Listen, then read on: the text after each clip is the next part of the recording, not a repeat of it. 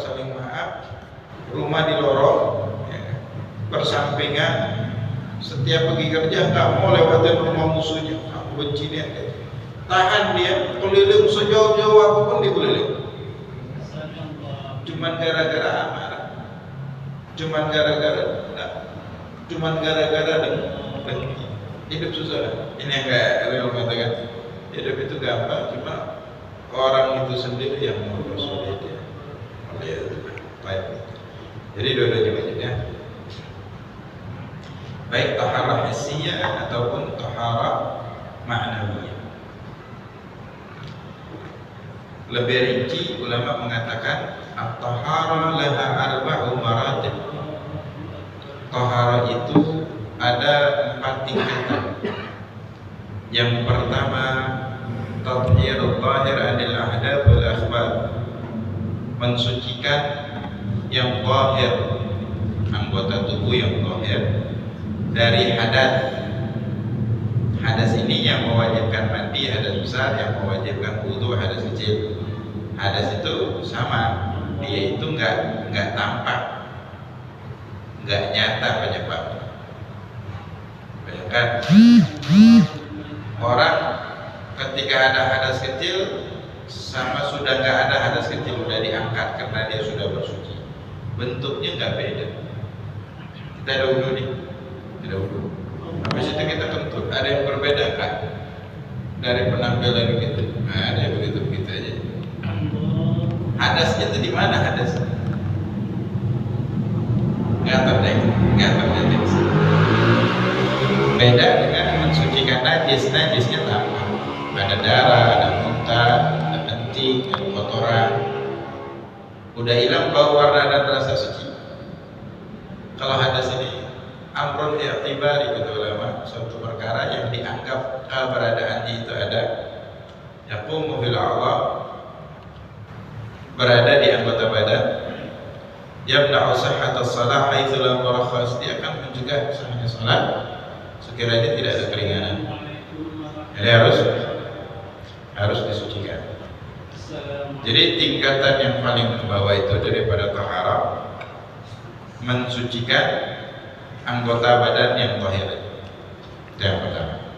Yang kedua, tathhirul jawarih 'anil jarahih wal adab.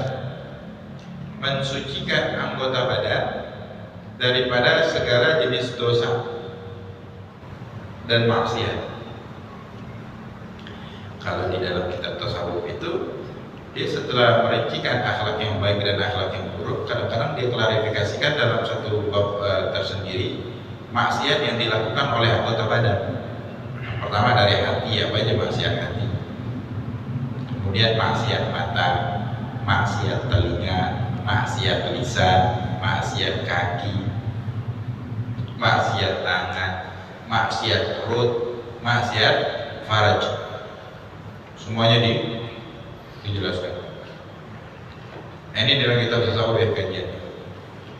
Dan kita wajib mensucikan ini semua. Kata Imam Al-Ghazali, aku bingung dengan manusia muslim, Allah berikan keimanan di dalam hatinya, kalau tangannya terluka, bagian tubuhnya terluka, cepat dia cari obatnya, cepat dia upayakan penyembuhannya. Akan tetapi hatinya udah kronis, udah mau mati, nggak ada kepekaan lagi sama sekali. Dia nggak peduli.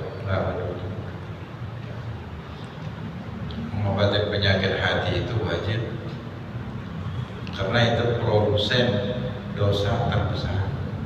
Jadi ulama mengatakan, jadi hati itu ada perbuatan taatnya, ibadahnya, ada perbuatan maksiat.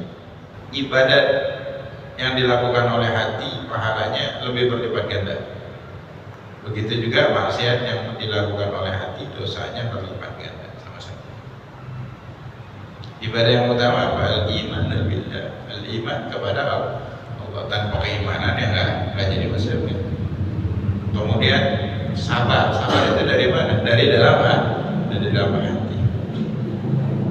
Kemudian tawakal kepada Allah. Orang yang berpikiran Kalau ada orang janjikan ini pasti begini, pasti begitu, dia nggak akan percaya karena dia ada tempat bersandar.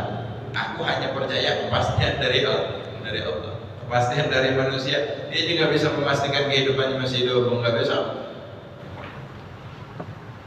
Walaupun dia menghormati orang tersebut, ada keimanan yang kuat dalam hati. Jadi apapun usahanya, walaupun pasti untung kata orang, dia masih menggantungkan segala sesuatunya kepada Allah. Kalau seandainya Allah lancarkan, alhamdulillah. Nggak lancarkan, aku siap untuk gagal. Begini maksudnya. Makanya kata ulama, beriman kepada pokok dan qadar itu menghilangkan rasa khawatir, rasa kecewa, rasa depresi di dalam kehidupan, karena sangat tahu persis apapun yang terjadi di dalam kehidupannya ini sudah Allah tetapkan jauh sebelum dia dilahirkan di muka bumi ini, dan itu nggak akan meleset. Nah, orang yang mempunyai sifat sabar, di atas sabar itu ada yang namanya ridha, bukan sekedar sabar aja, suka dengan apa yang Allah tetapkan, mau baik mau buruk alhamdulillah dia, bukan astagfirullah. Itu puncaknya ketika tertimpa musibah, ucapannya alhamdulillah ala kulli hal. Ya kaum salihin itu, mereka kedudukannya layak. Mereka dapat musibah, dapat nikmat sama senangnya, sama sukanya. Kita dapat nikmat lagi masih cemberut, gimana? Kasih musibah. Jadi kita berada di dimensi yang berbeda, pola pikir yang berbeda, bentuk keimanan yang beda ya. Baik. Mereka kuncinya apa? Terbiasa menjaga anggota badannya itu dari segala bentuk maksiat. Lisannya. Ini sangat gampang kita praktekkan kalau kita berada di dalam komunitas yang baik.